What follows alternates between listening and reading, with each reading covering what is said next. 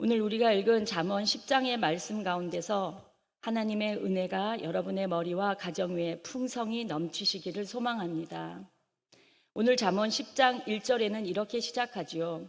솔로몬의 잠언이라. 잠언 1장 1절 처음 시작할 때도 다윗의 아들 이스라엘 왕 솔로몬의 잠언이라 이렇게 시작했습니다. 그래서 1장 1절부터 9장까지는 아버지가 아들에게 훈계하는 어떤 부자간의 가르침과 같은 대화체로 되어 있고, 이 부분의 기본 주제는 지혜이신 하나님이신데 지혜이신 주님이 우리를 초청하고 있습니다. 초청하는 방식은 내 아들아, 내가 이렇게 하면 이런 형식입니다. 그러면서 우리를 초청하시는 가운데 예수 그리스도, 주님의 참된 지혜를 배우라고 9장까지 쭉 말씀하여 왔습니다. 그럼 이제 10장부터 22장 16절까지가 또 한 주제를 풀어가시는데, 언뜻 보면 구절구절이 별로 연관성이 없어 보이겠지만 앞에서 초청한 그 지혜에 응답하면 어떤 삶을 살게 되는가라는 현실의 이야기, 일상의 이야기를 하고 있습니다. 1장부터 9장까지는 주님의 초대, 지혜의 초대에 응할 것이냐, 음녀의 초대에 응할 것이냐라고 하는 선택을 던졌다고 하면, 이제 10장부터는 지혜의 초대에 응답한 사람, 하나님의 말씀에 따른 명철하고 지혜로운 사람은 어떻게 살고, 음녀의 초대에 응답한 사람, 세상을 따라간 어리석은 사람은 어떻게 산다라는 것을 서로 하나씩 대꾸법의 형식으로 설명하는 내용입니다. 여러분, 하나님 나라는 중간지대가 없습니다. 하나님을 따르든지 세상을 따르든지 지혜를 따르든지 음녀를 따르든지 머뭇머뭇하면 안 됩니다. 중간지대에 어정쩡하게 서 있지 말고 확실히 우리의 마음과 행동을 결정해야 됩니다. 그러니까 우리가 하나님 말씀대로는 못 살고 있지만, 그러나 그렇게 나쁜 건 또 아니지 않느냐라고 하는 이 세상이 말하는 중간 어디쯤, 그냥 적당히 하는 것을 빨리 벗어나라는 것입니다. 교회는 다니면서 연초가 되면 토정 비결도 보고, 점집에 가서 점도 보고, 운세도 보고, 언뜻 보기에는 다양한 예측을 해본다는 것이 지혜롭고 좋은 것 같지만, 여러분, 우리 하나님은 질투하시는 하나님이십니다. 열왕기상 18장 21절에 엘리야가 모든 백성에게 가까이 나아가 이르되, 너희가 어느 때까지 둘 사이에서 머뭇머뭇하려느냐? 여호와가 만일 하나님이면 그를 따르고 바알이 만일 하나님이면 그를 따를지니라 하니 백성이 말 한마디도 대답하지 아니하는지라. 우리는 어느 쪽에 있는지 명확히 하여야 하겠습니다. 그럼 본문 1절을 보겠습니다. 솔로몬의 잠언이라. 지혜로운 아들은 아비를 기쁘게 하거니와 미련한 아들은 어미의 근심이니라. 이렇게 시작을 합니다. 여기 보시면 지혜로운 아들과 미련한 아들을 같이 보여줍니다. 여기서 지혜란 무엇인가 하는 내용은 이미 1장부터 9장에서 언급을 했습니다. 그래서 여기서는 지혜로운 아들입니다. 너가 지혜로운 아들이냐? 그러면 아비를 기쁘게 할 것이라, 이렇게 선언을 합니다. 지혜란 여호와 하나님을 경외하는 것이고 예수 그리스도, 우리를 구원하시는 주님입니다. 참된 지혜이신 예수님을 따르면 아버지께서 기뻐할 것이라고 선포합니다. 여러분, 우리는 누구의 자녀입니까? 하나님의 자녀이며 지혜로운 아들입니다. 그래서 우리가 예수 그리스도로 말미암아 내 삶이 확실히 예수님께 속한 자라고 고백하고 결단할 때 하나님이 기뻐하시는 것입니다.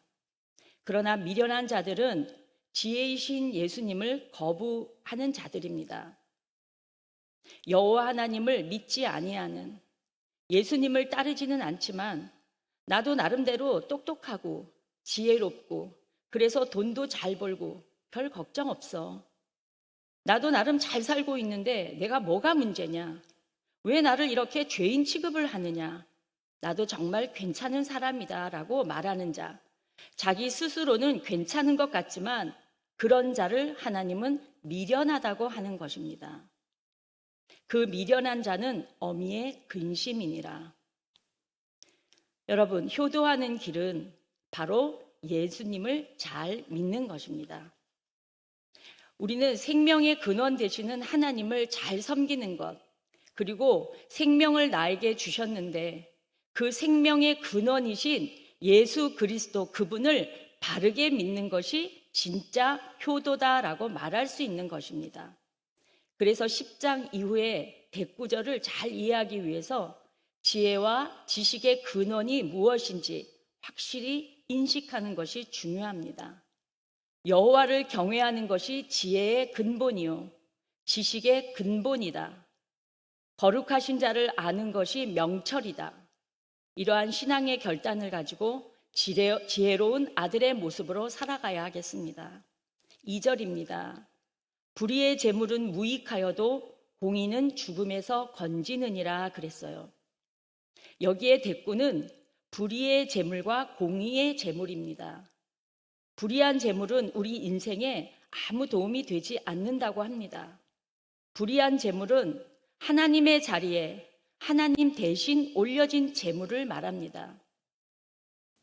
여러분, 우리가 추구하는 재물, 내가 벌고 벌어서 내가 만족을 모르고 계속해서 나를 더욱더 탐욕으로 이끌어가는 내 인생에 채워지지 않는 빈자리를 돈으로 채우려고 하는 것, 그것이 불의한 재물입니다. 그런데 우리는 이 불의한 재물이 나를 채워줄 거라고 믿어요.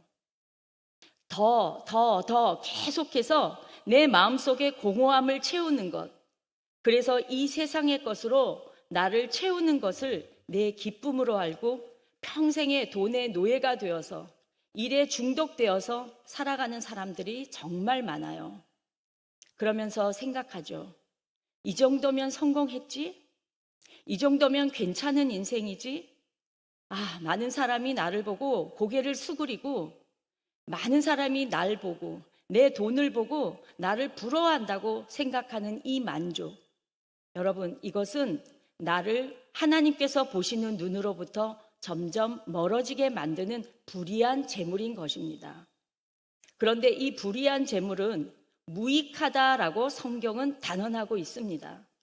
불의한 재물, 돈으로 널 채우려고 하고 돈으로 널 입증하려고 하고 돈으로 너를 뭔가를 만족하게 만드는 것, 즉 하나님을 떠나 세상의 것으로 너를 채우려고 한다면 그것은 무익하고 결국은 죽음에 이르게 합니다. 그래서 바로 다음에 공의는 죽음에서 건지느니라 라고 선포합니다. 불의의 재물 뒤에 공의는 뭐예요? 공의로운 재물입니다. 똑같은 돈을 벌어도 똑같은 수고를 해도 똑같은 열매를 거둬도 공의로운 재물이 있다는 것입니다.